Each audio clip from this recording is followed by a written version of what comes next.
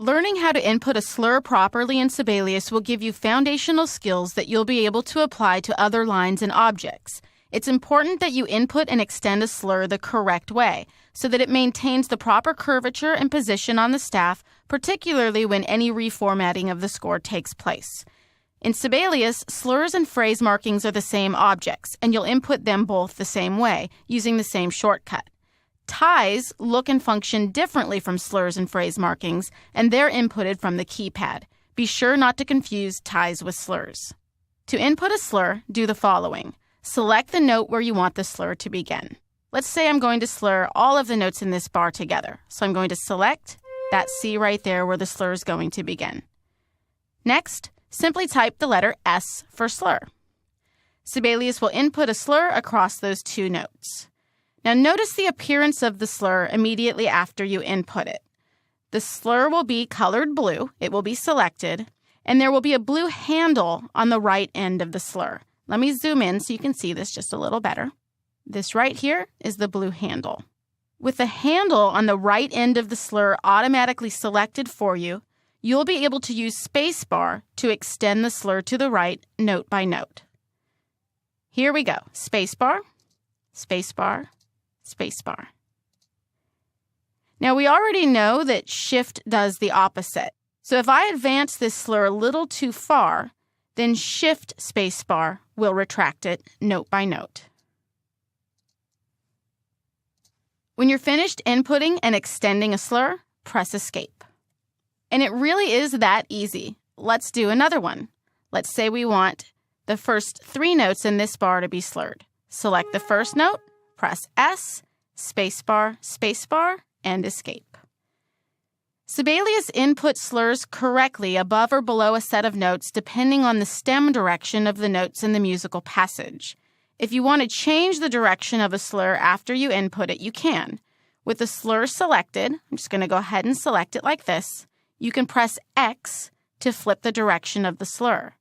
You can do this at any time as long as the slur is selected. If I press X again, it'll flip the slur to the top. Zooming out a little for you, you can even do this during slur input. If I select this note and press S, I can immediately press X to flip the slur.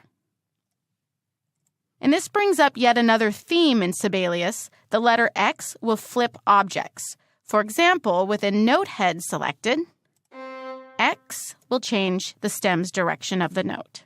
And if you're at all curious where this feature resides in the ribbon, you'll find it in the Home tab, Edit Group, Flip. There it is, X flips objects. Okay, back to slurs. Let's go ahead and escape out so that nothing is selected in our score. If you need to go back and edit the length of an existing slur, you'll need to keep a few things in mind.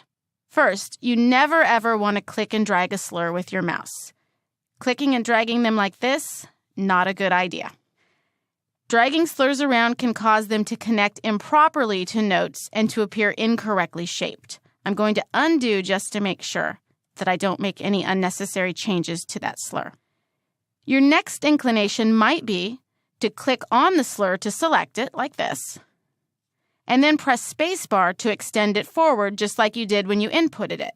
And that's a great guess, but unfortunately, it will not work. What happens when you press spacebar with a slur selected that way is that Sibelius starts playback from your green playback line location.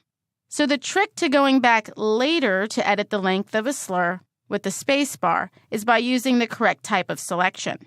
I'm going to use Command Home to get back to my slur. And the page up key here, there we go. So when you escape out of the score and then click on a slur to select it, it looks something like this. Let's zoom in again. Notice the little boxes that are showing up attached to the slur. Remember, we call these handles. When you click on a slur to select it, the handles along the curve of the slur become selected or colored blue. Notice how the handles on the ends of this slur, here and over here, are not selected. They're in gray. Contrast that to what you see when you input a slur. Go over here, press S, and notice how it's this end handle that is selected. And believe it or not, that is the difference between spacebar advancing your slur forward or playing back your score. So to advance the slur forward, your right end handle must be selected. Go ahead and escape. Point and click on the right end of a slur that you need to advance, and you'll end up selecting that right end handle, and then use spacebar to advance it and shift space to retract it. And actually, you can use the same theory to select the left end of a slur as well and use spacebar to advance it. So if I select the left end of this slur, grabbing that handle right there, spacebar moves it to the right, shift space moves it to the left.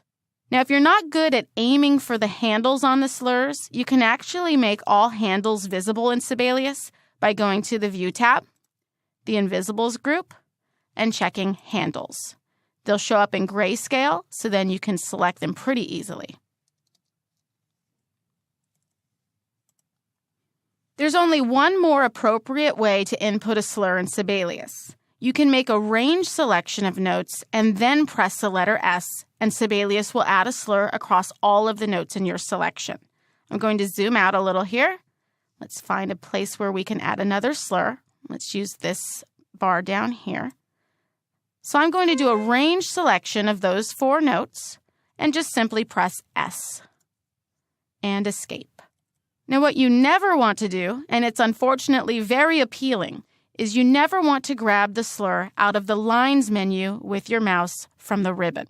So if I go to the Notations tab, we look here at this Lines group, you can see there's a slur sitting right there. What happens when you grab that slur, if I've escaped so nothing is selected, and I grab that slur, and I go to put it into the score, you'll notice that it'll turn red. Obviously, this slur is very confused, and you don't want confused slurs. So don't do that. Go ahead and delete that, and remember to just use S for slur. You'll also never want to drag a slur with your mouse. Again, they're not connecting accurately to the notes if you're dragging them around, and it can be dangerous and unappealing, especially when you start trying to achieve a better layout for your score and when you start reformatting. So when inputting slurs, always use S to input them, and when advancing or retracting them, always select their endpoints and use the spacebar.